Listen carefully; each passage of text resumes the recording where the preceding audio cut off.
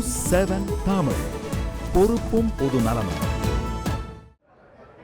இயற்கை விவசாயத்தில் லாபம் ஈட்டி வருகிறார் கோவையை சேர்ந்த விவசாயி கிருஷ்ணமூர்த்தி.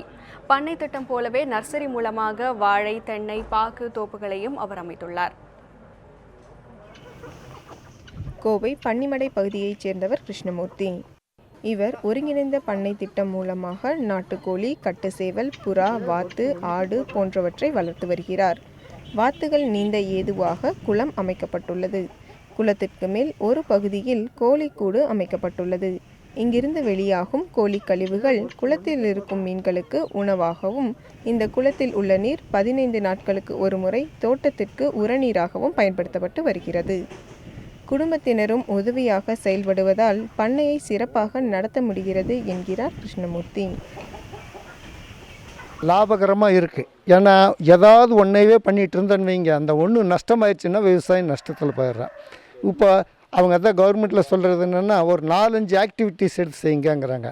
இந்த 4-5 ஆக்டிவிட்டீஸ் செய்யும்போது ஏதாவது ஒன்றில் நஷ்டமானாலும் கூட மீதியில் லாபத்தில் வந்துடுமில்ல, அப்போ விவசாயி நஷ்டத்துக்கு போக மாட்டான்.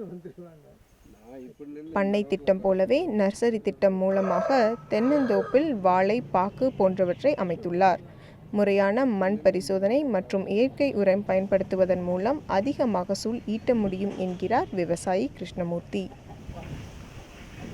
இப்போ எங்கள் தோட்டத்தில் எல்லா இதுக்கும் 20 அடிக்கு ஒவ்வொரு பவுண்ட்ரி போட்டிருக்கோம். எவ்வளோ மழை வந்தாலும் அந்த தண்ணி பூரா எங்கள் தோட்டத்தில் கிளையே தான் இறங்கும். அப்படி ஒவ்வொரு விவசாயியும் பண்ணிட்டாங்கன்னா நிலத்தடி நீர் அதிகமாகும் போது ஆட்டோமேட்டிக்காக உயிர்நாடியே நீர் தான். நீர் எல்லாத்துக்கும் நல்லா தண்ணி கிடைக்கும்.